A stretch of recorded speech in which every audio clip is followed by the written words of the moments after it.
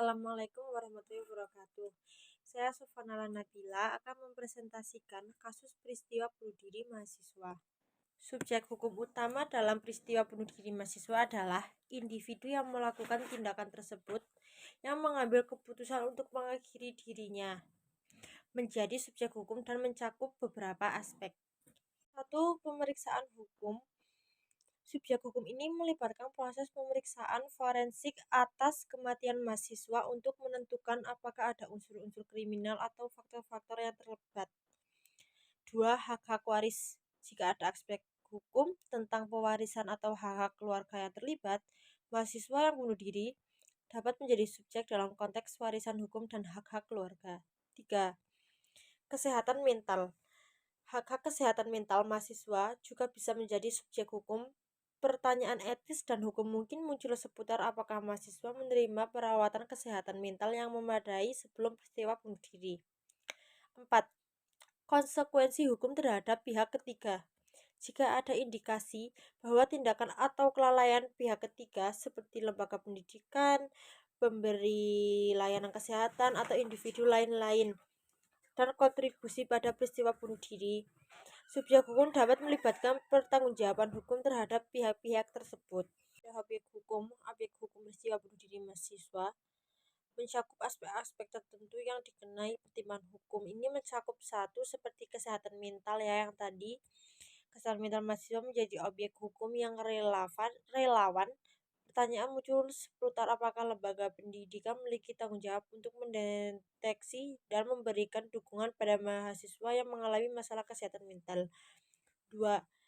Tanggung jawab lembaga pendidikan. Lembaga pendidikan juga menjadi objek hukum terutama jika ada klaim bahwa mereka gagal memberi layanan dukungan atau tindakan pencegahan yang memadai kepada mahasiswa yang memiliki risiko bunuh diri.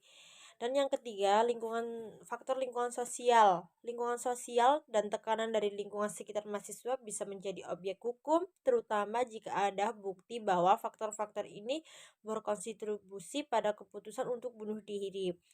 Ada pula yang keempat, pertimbangan etika dan hak asasi manusia.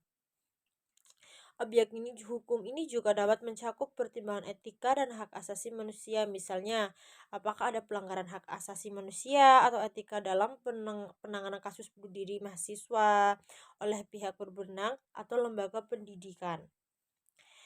Ada pula peristiwa hukum. Kronologi contoh peristiwa hukum seperti kronologi pembunuhan peristiwa hukum contohnya seperti seorang mahasiswa yang ditemukan tewas di kamar kosnya. Diduga dia bunuh diri dengan bergantung diri. Itu ada kaidah hukum dan sosial yang berlaku. Contoh beberapa kaidah hukum. 1. Kriminalisasi.